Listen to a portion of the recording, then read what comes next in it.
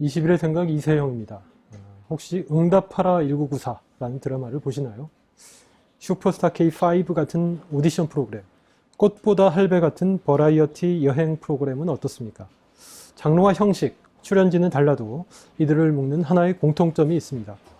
모두 하나의 미디어 그룹 계열사들이 만드는 프로그램이라는 겁니다. CJ ENM입니다. 프로그램이 잇따라 흥행하면서 일각에서는 이들의 영향력이 머지않아 쇠락하는 지상파를 능가하게 되리라는 전망까지 나옵니다. 문화적 자유주의와 정치적 개혁 노선에 충실하다는 평도 들려오는데요. 여러분께서는 어떻게 생각하시나요? 이번 주 한겨레 21 특집에서는 미디어기업 CJ ENM을 다뤘습니다. 내부 회의 과정에서 적잖은 논란도 있었습니다. 엄격하고 정밀한 비판이 필요한 대상을 지나치게 미화하는 게 아니냐, 이런 비판이었죠. 그럼에도 이들의 약진이 중요한 하나의 문화적 현상을 반영한다는 사실에 주목했습니다. 문화팀 신소윤 기자 나오셨습니다. 안녕하세요. 안녕하세요. 신 기자는 한겨레 신문의 네. 주말판이죠. 네. TV 칼럼을 연주하고 계시죠? 네. 이름이 어떻게?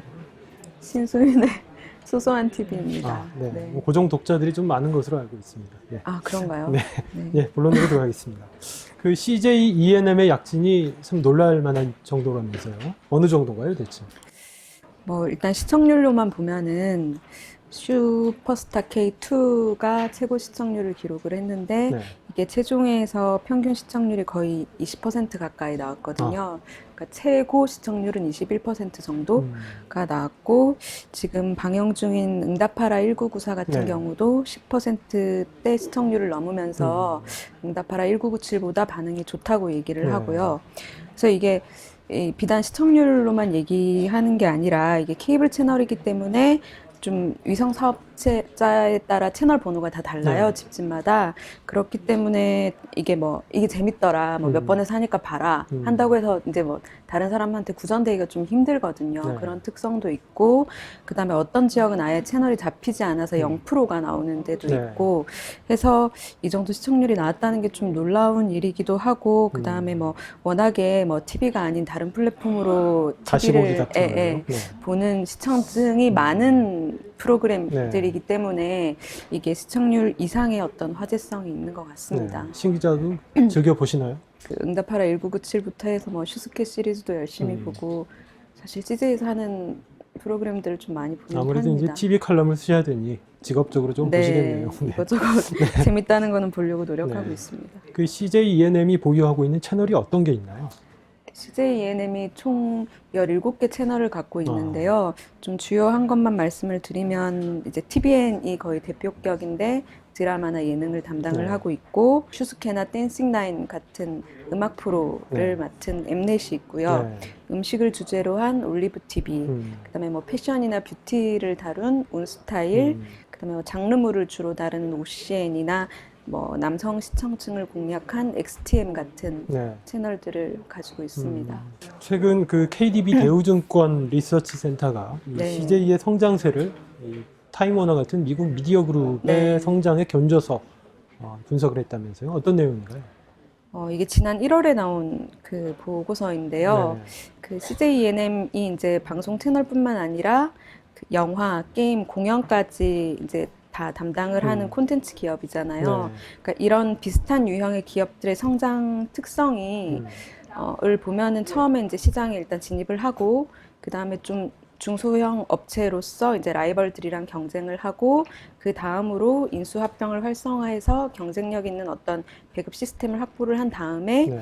이제 해외 시장이나 이런 쪽으로 눈길을 돌려서 좀 시장을 확장을 하고 그런 식으로 이제 대형 미디어 그룹이 형성이 돼가는데 이런 네. 식으로 자란 회사가 미국 같은 경우에는 CNN이나 HBO를 보유한 타임워너나 네. MTV를 갖고 있는 비아콘 같은 회사들인데 여기도 마찬가지로 케이블 채널들을 갖고 있고 영화 사업을 하고 있고 좀 굉장히 비슷해요. 네. CJ랑. 그래서 그런 비슷한 성장 곡선을 그리고 있다고 해서 이제 CJ가 이런 그룹들의 좀 초기 형태를 가지고 있는 게 아니냐 이런 식으로 분석을 했고요. 네. 그 다음에 두 기업 모두 좀 영화로 출발해서 이제 매출을 올리고 그 다음에 그것들을 또 케이블 채널에 투자하고 하는 방식들이 상당히 유사하다고 합니다. 네, 알겠습니다.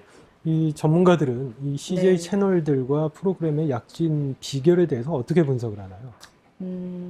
이 채널 자체가 굉장히 좀 단시간이라고 하기는 그렇겠지만 뭐 우여곡절이 있었겠지만 좀 거대하게 성장을 했고 네. 좀 공룡 채널이라는 비판도 있어서 사실 공룡 채널. 예, 어떤 평론가들의 비판이 좀 상당할 줄 알았는데 네. 의외로 되게 호평이 음. 많았었어요. 그래서 뭐 음악 평론가들은 공통적으로 얘기를 하는 게 어떤 지상파도 다루지 않는 음악가들, 뭐 록이나 힙합 음악가들이나 인디 밴드들을 무대에 적극적으로 올려주고, 그 다음에 좀 음악을 어떤 부수적인 형태로 다룬다기보다는 늘 이제 음악이 항상 메인에 올라가는, 엠넷이 특히 그런 거죠. 네. 그러니까 그런 식으로 다루는 경향을 좀 굉장히 높이 평가를 하는 것 같았고요. 마이너리티들을 홀대하지 않는다. 뭐 이걸 굉장히 그렇다는 높이 거죠. 평가하는군요. 그러니까 뭐 어떤 면에서는 채널의 프로그램을 채워야 하니까 더 이제 좀 넓게 보는 면도 네. 없지 않아 있겠지만은 그걸 뭐 아이돌이라든지 뭐 빅스타로만 채우려는 게 아니라 좀 이제 다양한 네. 마이너들까지 뭐 인디 밴드들까지 이제 두루두루 이제 네. 바라보고 있다는 거고요.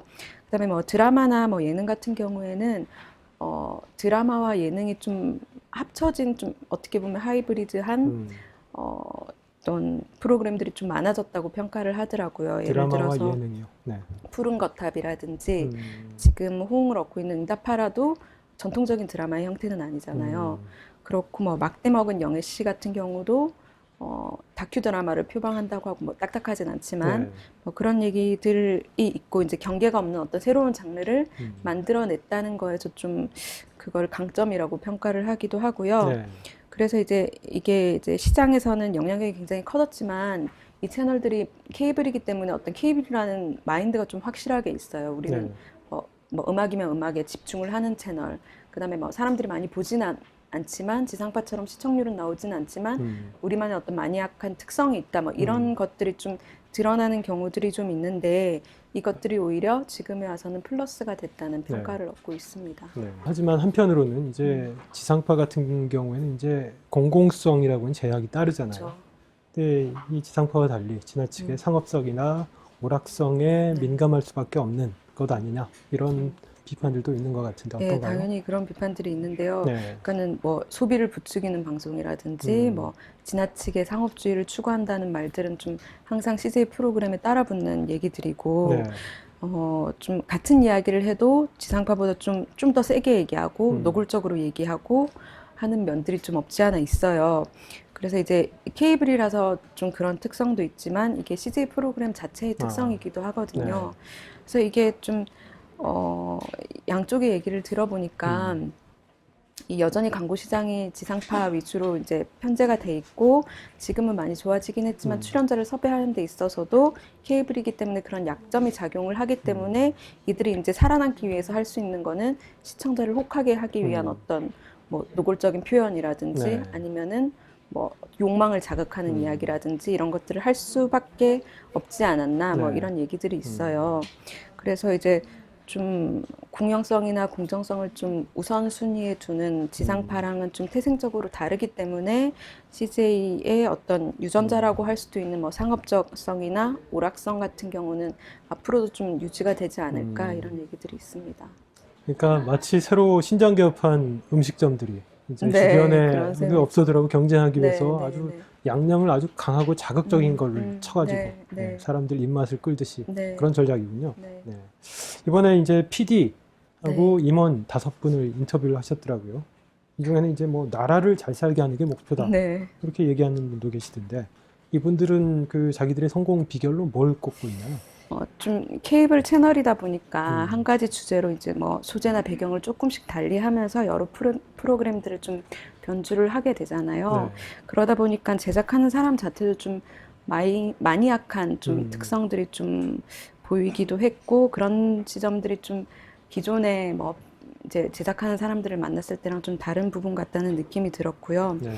그 어떤 사람들 같은 경우 뭐 국가적인 차원에서 이 프로그램들을 좋은 프로그램을 만들고 이걸 해외 수출하기 위해서 노력한다는 얘기도 있었지만 또 한편으로는 지상파가 아니라서 좀 시청률이 나오지 않는데 아쉬운 점은 없냐고 했을 때 많이 안 봐도 된다. 아. 그냥 보는 사람만 재밌게 봐주면 된다. 이런 식으로 또 반응하는 분들도 네. 있고 조금 세대에 따라 다를 수도 있고 아니면 만드는 프로그램에 따라 다를 수도 있겠지만 네. 좀 결이 다른 느낌들은 있었어요. 네, 그렇군요. 사실 이 CJ ENM의 프로그램대에서 이 정치적인 성향이 진보적인 사람들도 네. 그러니까 뭐 신자유주의 무비판적이라거나 혹은 뭐 소비주의나 뭐 성공주의를 부추긴다는 비판을 하면은 이 뭐 오락방송이 재밌으면 되지 그런 것 따지면 세상 무슨 재미로 사느냐 이렇게 반문을 네. 하기도 해요. 이 CJ 예능 방송을 보는 주요한 시청자들이 1980년대에 좀 황금 유년기를 누리고 그다음 누렸던 지금의 뭐 20대 후반에서 30대들 그리고 좀 소비에 길들여지고 인터넷이나 뭐 다른 플랫폼으로 미국 드라마나 해외 예능을 보는 좀 익숙한 세대들 네. 아니면 마이너한 감성을 좀 새롭고 독특하고 좀 한편으로는 진보적이라고 생각하는 그런 세대들이 주요한 시청층이라고 했는데 제가 딱 그 정도 세대거든요. 네. 주변에 그런 친구들도 많고요. 네. 그래서 들여다보니까 그러니까 기사 사례 처음에 쓴 사례에서도 그렇듯이 이제 습관적으로 CJ를 틀어놓는 사람들이 굉장히 많아요. 네. 그러니까 이런 사람들한테 이제 주변 사람들에게 얘기를 물어보니까 항상 틀어놓긴 하지만 보면서 좀 양가적인 감정을 많이 느낀다고 해요. 이제 네. 질문하신 것처럼 이렇게 내가 뭐 어떤 신자유주의 체제에 길들여지는 것이 아닌가. 하지만 재밌기 때문에 다른 채널로 돌릴 수가 네. 없네. 뭐 네. 이런 식의 반응들이 굉장히 많았거든요. 네. 그래서 기존의 방송과 다르고 신선해서 좀 진보적이라는 느낌이 있는데 그 성내는 좀 결이 다른 것 같고요. 저희 정규찬 한예종 교수님이 뭐 그런 얘기를 하셨는데 이게 바라보면서 어떤 일종의 뭐 묘한 방심과 안도 같은 거를 느끼게 된다고. 방심과 안도. 예, 그러니까 이게 진보적이고 새롭다는 생각이 들기 때문에 정치적으로는 굉장히 나를 세워서 얘기를 했으면서도 이런 상업주의를 추구하는 방송을 보면서는 뭐 재미있고 새롭고 그렇기 때문에 좀 방심을 하게 된다는 이제 그런 분석을 하신 네. 분도 계셨거든요. 그래서 이제 뭐 여러 가지 이제 양면적인 면들이 있는데 이게 화제가 되기 시작한 지 사실은 몇 년 되지 않았기 네. 때문에 좀 더 지켜볼 필요가 있지 않나 하는 네. 생각이 듭니다. 네. 수고하셨습니다. 네, 감사합니다. 이번 주 표지 이야기 주제는 주거의 권리입니다. 최근 서울중앙지법이 재산권보다 거주권이 우선이라는 전향적인 판결을 내놓았는데요. 이를 계기로 재산권이 신성 불가침의 권리로 자리 잡아온 자본주의 한국 사회에서 주거권이 새롭게 주목받고 있습니다. 그러나 꺼져가는 부동산 거품을 키워서 침체된 경기를 떠받치려는 정부 정책은 이 같은 인식의 변화를 전혀 따라가지 못하고 있습니다. 무엇이 문제인지 경제팀 서보미 기자가 짚었습니다.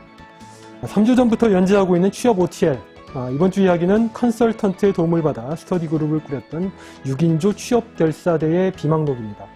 취업이라는 공동 목표를 위해 모였으면서도 협력과 경쟁, 은근한 질투심을 주고받았던 취업준비생들의 꿈과 고뇌, 좌절의 스토리가 눈물겹습니다. 21의 생각, 오늘은 여기까지입니다. 지금까지 진행의 이세영이었습니다.